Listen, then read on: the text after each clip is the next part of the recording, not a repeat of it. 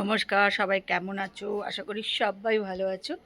আমিও কিন্তু ভালো আছি। ব্লগ হলিক সীমাতে সকলকে স্বাগত জানিয়ে আজকের ব্লগ এখান থেকে শুরু করছি। আজকে তো প্রচণ্ড কুয়াশা আছে, তাও এখন তো মনে হচ্ছে একটুখানি পরিষ্কার হয়েছে। প্রচণ্ড কুয়াশা ছিল, দেখা যাচ্ছিল নাকি অন্ধকার অন্ধকার একদম হয়ে গেছিলো। এখন মনে হচ্ছে আস্তে আস্তে একটু তাও মনে হচ্ছে পরিষ্কার হচ্ছে আর কি।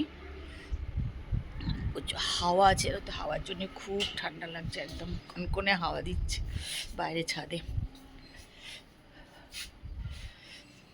তো চলো আজকের ব্লগ এখান থেকে শুরু করছি, তোমরা কিন্তু আমার সঙ্গে থাকো আর ব্লগটা দেখতে থাকো। এখন একটু যাবো রান্নাঘরে, মিষ্টি রান্না করে দিয়েছে আর কিছু রান্না আছে সেগুলো আমি করব। তো চলো সেগুলো এবার করতে চলে যাই। আর ছাদে দাঁড়ানো যাচ্ছে না বাবা, কনকনে হাওয়া দিচ্ছে ছাদে একদম।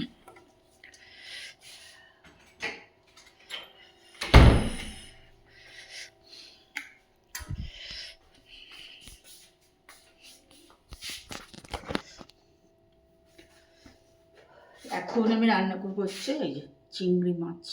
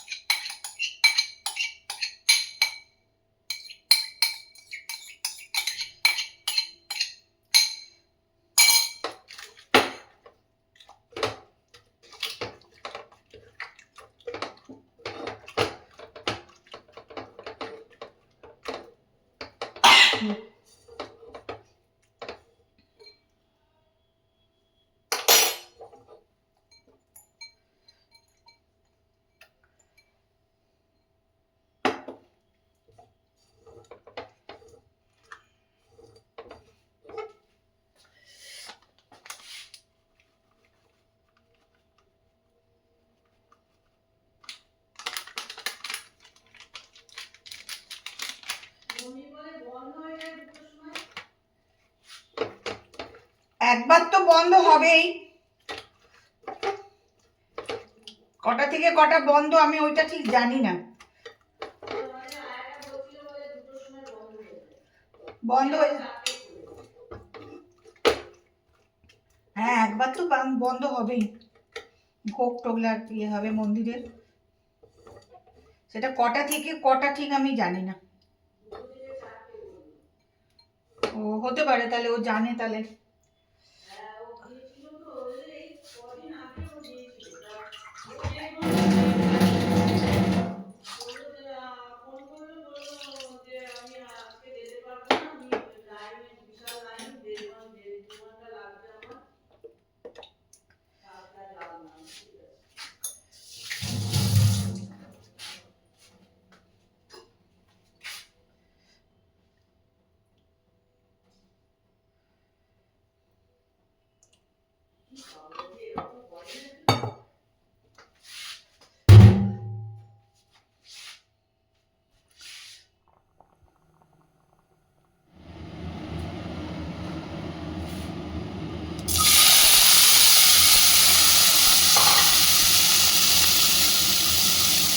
আজকে তোমাদের রান্নাগুলো একটুখানি শেয়ার করি। এখানে হচ্ছে ফ্রাইড রাইস একদম মিষ্টি ছাড়া, এখানে চিংড়ি মাছ,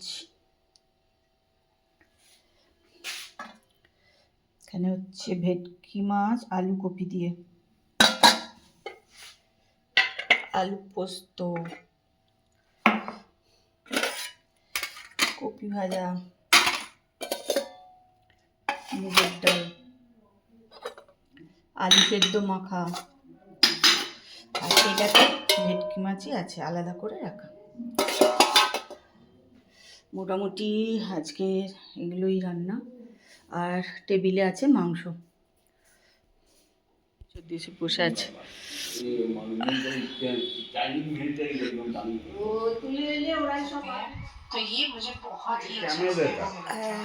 ছদিকে দেখাতে হবে, ছদিকটাতে আমি আর কি করে বলবো। লারা সব চান্দান করে পাপুদের অপেক্ষায় বসে আছে।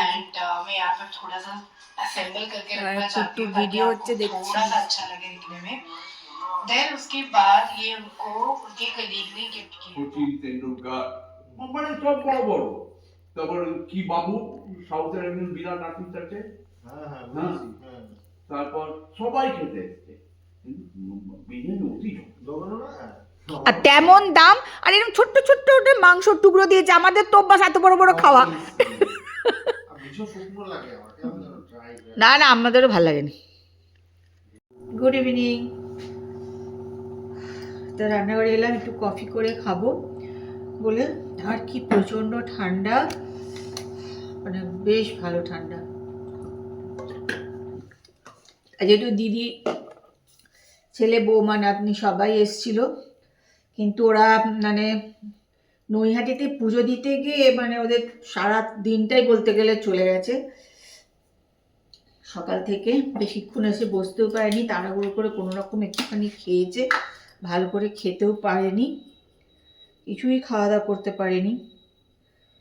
মানে 5-6 ঘন্টা লাইনে দাঁড়িয়ে পুজো দেওয়া মানে চিন্তার কথা একটা। যাই হোক, ওরা তো চলে গেছে, আর ঠান্ডাও পড়েছে, আর কত রাত করেই যাবে। যাই হোক, গাড়িতে যাবে, তাহলেও মানে দিদি বলছিল যে গাড়ির ভেতরেও ঠান্ডা লাগছে। আর সত্যি ঠান্ডা পড়েছেও না, প্রচণ্ড ঠান্ডা।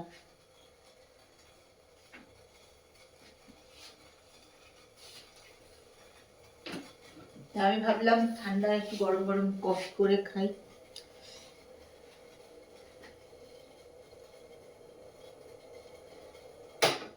আজকে আমি কোনো ব্লগ মানে আজকে হচ্ছে সোমবার, আজকে কোনো ব্লগ পোস্টই করতে পারলাম না, আর মানে পোস্ট করা হলোই না আর কি।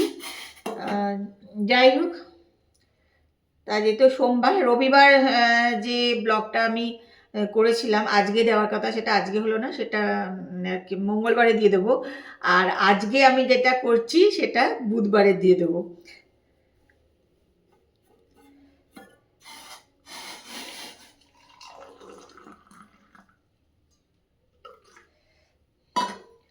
ব্লগগুলো একদিন পরে পরে চলে যাবে, কিছু করবার নেই। আজকে আর মানে দেওয়াই হয়নি। তারপরে ভাবলাম আর সন্ধ্যেবেলায় পোস্ট করব না, তাই জন্য মানে রবিবারে ব্লগটা মঙ্গলবার তোমরা দেখতে পাবে। যেটা তোমরা আজকে দেখতে পেতে সেটা হলো না, তোমরা কালকে দেখতে পাবে। কফি করে নিয়েছি, চলো কফি খেয়ে নিই। দিদিরা এসেছিল, মিষ্টি নিয়ে এসছে, আরও নিয়ে এসছে, সেটা আমি তো ফ্রিজে ঢুকিয়ে দিয়েছি। আর যেহেতু মঙ্গলবার আছে কালকে, ওই জন্য এইগুলো বাইরে দেখেছি, এই দুটো, যে দুটো থাক, কালকে আর আমাদের একদম মিষ্টি কিনবো না বলে। আর এখানে দেখো বড় মার প্রসাদ, পুরো বাস্কতে এটা ধরে রেখে গেছে, কেন ওরা অনেকগুলো পুজো দিয়েছে বলে আরও আমাদের 3-4টে এরকম রয়েছে, সেই জন্য এটা নেব না, তুমি পুরোটাই রেখে দাও। তো এখানে পুরোটাই রেখে গেছে।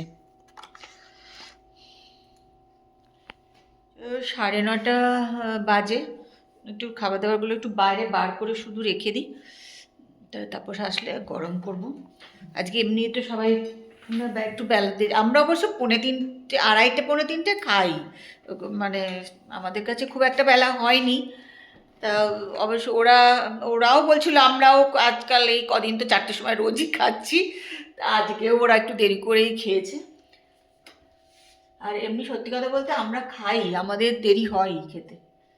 তো চলো এখন একটু খাবার দাবারগুলো বার করে রাখি। যথারীতি আজকেও আমি বললাম ভাতই খেয়ে নেবো। আরও কেন বললাম বলো তো, কালকে মঙ্গলবার আছে, যাকে গরম করে তো খাই, গরম গরম খেতে ভালোই লাগছে আমার, কি জানি হঠাৎ করে ভাত খেতে ভালো লাগছে কেন।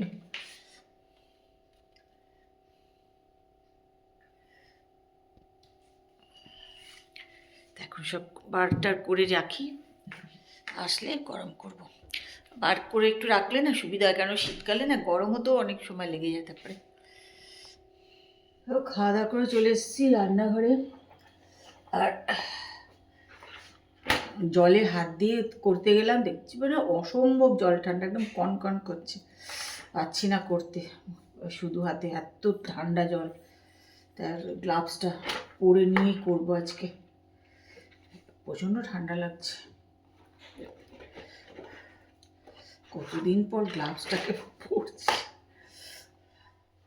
গ্লাভস একটুখানি গ্লাভসটা পরেছিলাম, কিন্তু ভীষণ অসুবিধা হচ্ছে। দূর, ও যা ঠান্ডা লাগছে লাগুক, কিছু করার নেই, কি করব।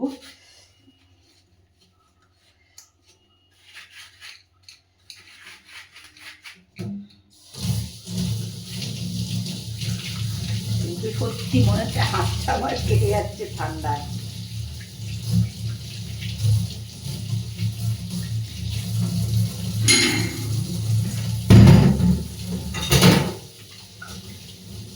আর কালকে মঙ্গলবার,